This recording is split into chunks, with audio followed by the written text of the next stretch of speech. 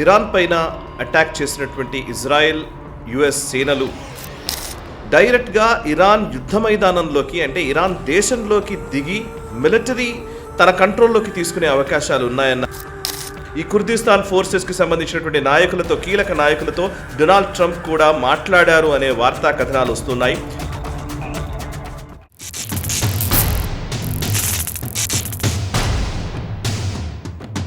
నమస్తే, welcome to right angle. ప్రస్తుతం Iran యుద్ధం నెక్స్ట్ స్టేజ్కి చేరుకుంది.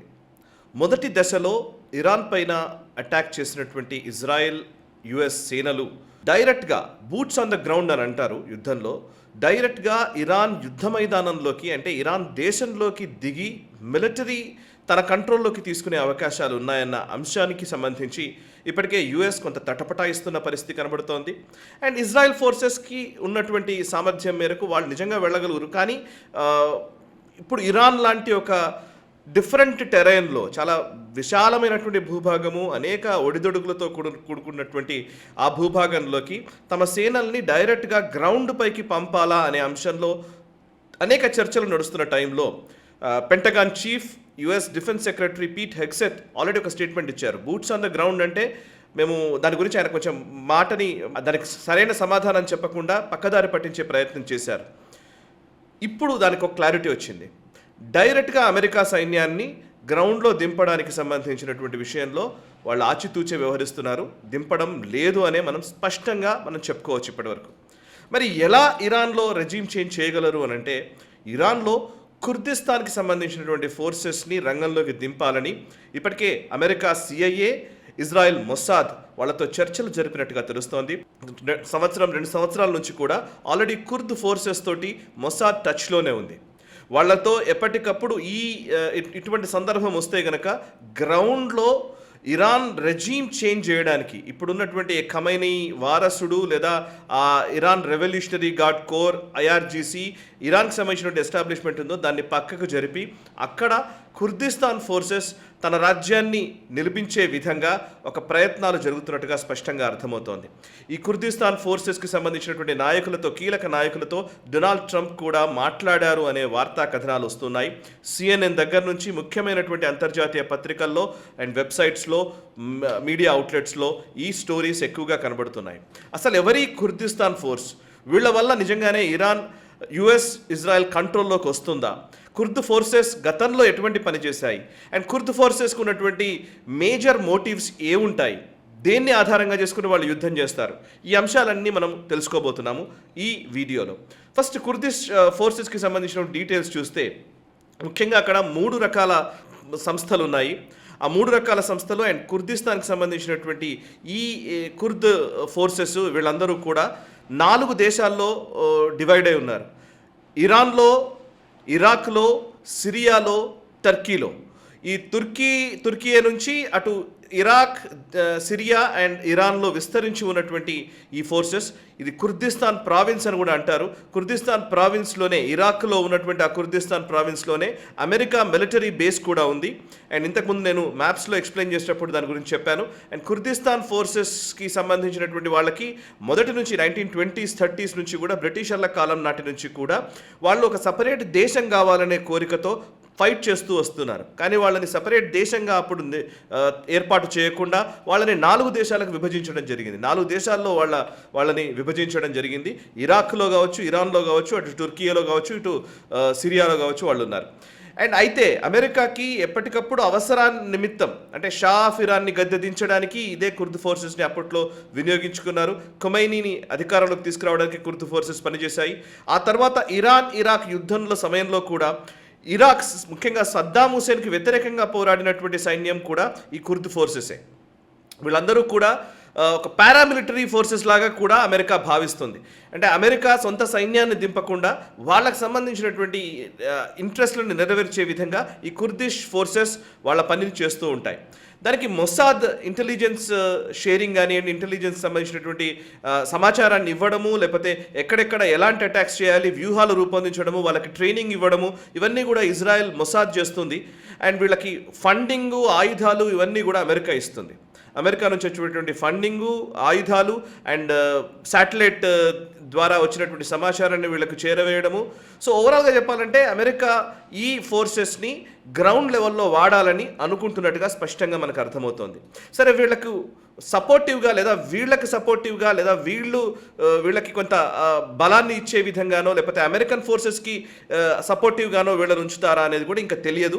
ప్రస్తుతానికైతే American forces boots on the ground, అంటే గ్రౌండ్ మీదకి రావట్లేదు. కుర్దిష్ ఫోర్సెస్ ద్వారానే ఇరాన్ని కంట్రోల్ చేయాలనే ఒక స్ట్రాటజీ చేసినట్టుగా ఇప్పటివరకు సమాచారం వస్తోంది. అసలు వీళ్ళు ఏ విభాగాల్లో ఉంటారు, ఎలా ఉంటారు అంటే కనుక 3 పార్టీలుగా వీళ్ళు ఉన్నారు. Kurdistan democratic party of Iran, KDPI అంటారు. అండ్ ఇంకోవైపు కుర్దిస్తాన్ ఫ్రీ లైఫ్ పార్టీ అని అంటారు. ఇది కుర్దు లాంగ్వేజ్లో PJAK అనే యాక్రోనిమ్తో ఉంటుంది. ఇరాకీ కుర్దిస్తాన్ అనే ఒక పార్టీ కూడా ఉంది. సో ఈ 3 సంస్థలు, ఈ 3 పార్టీలు, 3 విభాగాలు ఇప్పుడు ఇరాన్ ఖమైనీ నేతృత్వంలోని ప్రభుత్వం పైన దాడికి పూనుకోబోతున్నాయి. అండ్ అక్కడ ఉన్నటువంటి IRGCని కట్టడి చేయడానికి అండ్ అక్కడ ఉన్నటువంటి ప్రజల్లో ఉన్నటువంటి ఎవరైతే ఈ రెజీమ్ చేంజ్ కావాలని కోరుకుంటున్నారో వాళ్ళని ప్రేరేపించడము. సో గ్రౌండ్లో ఈ యాక్టివిటీస్ అన్ని కూడా కుర్దిష్ ఫోర్సెస్ ద్వారా చేయించాలనే తలంపుతో ఉన్నట్టుగా తెలుస్తుంది. అంటే ఇప్పుడు నాకు తెలిసి ఇప్పుడు అమెరికా ఈ యుద్ధాన్ని జస్ట్ లైక్ దట్ ఆపాలని అనుకోవట్లేదు. ఇది యుద్ధం కంటిన్యూ అవుతుంది. ఇది ఇంకా కొన్ని రోజుల వరకు కూడా ఈ రావణ కష్టం ఇట్లా మండుతూనే ఉంటుంది.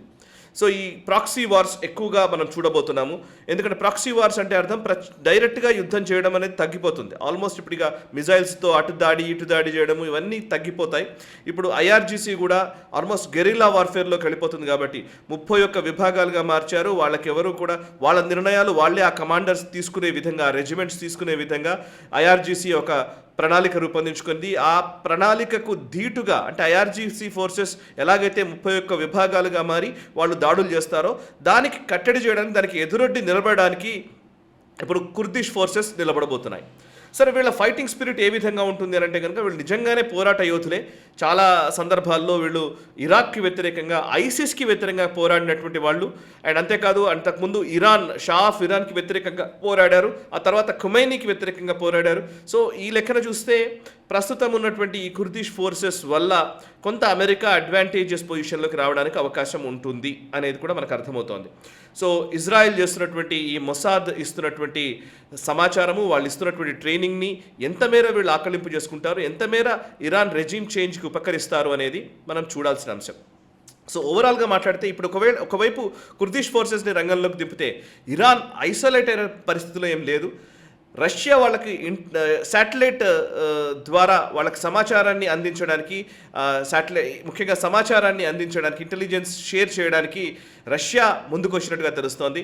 ఇరాన్కి ఇజ్రాయెల్ అదేవిధంగా అమెరికాకు సంబంధించినటువంటి మిలిటరీ బేసెస్ ఎక్కడున్నాయి, వాళ్ళ డిఫెన్స్ ప్రొక్యూర్మెంట్ ఏ విధంగా జరుగుతుంది, ఎటువంటి వెపన్స్ని వాడుతున్నారు, ఏ రీజియన్స్లో వాళ్ళు అటాక్ చేయడానికి ప్లాన్ చేస్తున్నారు, ఇట్లాంటి అనేక అంశాలు నిఘా ఉంచి శాటిలైట్ ఇమేజెస్ ద్వారా అదేవిధంగా అనేక సోర్సెస్ ద్వారా రష్యాకు సంబంధించినటువంటి ఇంటెలిజెన్స్ విభాగాలు ఇచ్చేటువంటి సోర్సెస్ ద్వారా వచ్చినటువంటి సమాచారాన్ని ఇరాన్కి చేరవేసి ఇరాన్ని కూడా అంతే స్థాయిలో కొంత పటిష్టపరచడం కోసం అటు రష్యా ప్రయత్నం చేస్తున్నట్టుగా తెలుస్తోంది.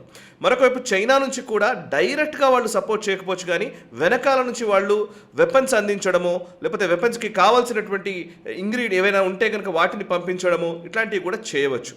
అటు హోతీ రిబల్స్, ఇటు హిజ్బుల్లా రెబల్స్ వీళ్ళకి సంబంధించినటువంటి వాటిని ఇరాన్ ఎలాగైతే ప్రేరేపిస్తుందో వీళ్ళని కంట్రోల్ చేస్తూ కూడా పని జరిగించే అవకాశం ఉంది. ఇప్పుడు మనం అబ్జర్వ్ చేస్తే రష్యా ఉక్రెయిన్ యుద్ధంలో ఏం జరిగిందో ఇవాళ ఇటువైపు అలాంటిదే జరుగుతోంది. చిన్న చిన్న వ్యత్యాసాలు ఉన్నాయి. ఏంటంటే యుక్రెయిన్ పైన రష్యా దాడి చేయడము, ఆ తర్వాత యుక్రెయిన్కి వెనకాల నుంచి సపోర్ట్ చేయడము, యూరోపియన్ దేశాలు, అమెరికా వీళ్ళందరూ కూడా వెనకాల నుంచి సపోర్ట్ చేస్తూ వచ్చారు. వెపన్స్ ఇచ్చారు, డబ్బులు ఇచ్చారు, ఇవన్నీ చేస్తూ వచ్చారు. ఇప్పుడు ఇరాన్ పైన అమెరికా అండ్ ఇజ్రాయెల్ దాడి చేస్తే దానికి ఇటువైపు నుంచి ముఖ్యంగా ఇరాన్ నుంచి వచ్చినటువంటి పరిస్థితుల్లో ఇరాన్కి రష్యా అండ్ చైనాలు వెనకాల నుంచి సపోర్ట్ చేయడానికి ముందుకొచ్చాయి. సరే, మరి అప్పుడు రష్యా ఉక్రెయిన్ వార్లో వాగ్నర్ గ్రూప్ అనేది ఒకటి ప్రముఖంగా వినిపించింది. వాగ్నర్ గ్రూప్ అనేది రష్యాకి సంబంధించినటువంటి ఒక ప్రైవేట్ ఆర్మీ లాంటిది. వాళ్ళు డైరెక్ట్గా డబ్బులు తీసుకొని వాళ్ళు డైరెక్ట్గా వెళ్ళి ఒక ప్రైవేట్ ఆర్మీ వెళ్ళి ఉక్రెయిన్ మీద దాడి చేసినట్టుగానే ఇక్కడ కూడా ఒక కుర్దిష్ ఫోర్సెస్ని వీళ్ళు ముందుకు తీసుకెళ్తున్నారు. సో ఆల్మోస్ట్ ఎక్కడ యుద్ధం జరిగినా కూడా ఇలాంటి పరిస్థితులు ఉంటాయి. ఎందుకంటే అమెరికా రష్యా పడవు ఎప్పుడు కూడా ఎదురుపడి కొట్టుకోవడం అనేది ఉండదు. ఇద్దరు కలిసి యుద్ధం చేయరు. ఎప్పుడు కూడా వీళ్ళ ఇంట్రెస్ట్లను వీళ్ళు పరిరక్షించుకోవాలి, వీళ్ళ ఇంట్రెస్ట్లను వీరు పరిరక్షించుకుంటారు. వీళ్ళు దాడి చేస్తే వీళ్ళు వెనకాల నుంచి సపోర్ట్ చేస్తారు అపోనెంట్కి, వీళ్ళు దాడి చేస్తే వీళ్ళు వెనకాల నుంచి సపోర్ట్ చేస్తారు. సో ఇట్లా ఒక వార్ సిచ్యువేషన్ నడుస్తోంది. ప్రస్తుతం వెస్ట్ ఏషియాలో మాత్రం ఒక మారణహోమమే కొనసాగుతోంది. ఇది ఎంత దూరం ఎస్కలేట్ అవుతుంది, ఎన్ని రోజులు ఈ ప్రతిష్టంభన ఉంటుంది, ఎన్ని రోజులు ఈ ఘర్షణ వల్ల జరిగే నష్టం ఏ విధంగా ఉండబోతోంది, ఇవన్నీ కూడా మనం చూడాల్సిన అంశం. సో ప్రస్తుతానికైతే కుర్దిష్ ఫోర్సెస్ రంగంలోకి దిగడం అనేది కీలకమైన పరిణామము. దీనివల్ల నిజంగానే ఇరాన్ వస్తుందా, ఇరాన్లో రెజ్యూమ్ చేంజ్ జరుగుతుందా? Let's wait and see. And మీ కమెంట్స్ ద్వారా కూడా మీ అభిప్రాయాలు మాతో పంచుకోండి. మనసా వాచా కర్మణ, దేశహితం కోసం నేషనల్ స్టార్. ఈ వీడియో మీకు నచ్చినట్టయితే లైక్ చేయండి, 10 మందికి షేర్ చేయండి. అలాగే కామెంట్ల రూపంలో మీ అభిప్రాయాలను మాతో పంచుకోండి. Nationalist hub group of channels ను సబ్స్క్రైబ్ చేసుకుని తెలుగునాట జాతీయవాద జర్నలిజాన్ని ప్రోత్సహించండి. ఈ వీడియో కింద ఉన్న బెల్ ఐకాన్ పై క్లిక్ చేయడం మర్చిపోవద్దు.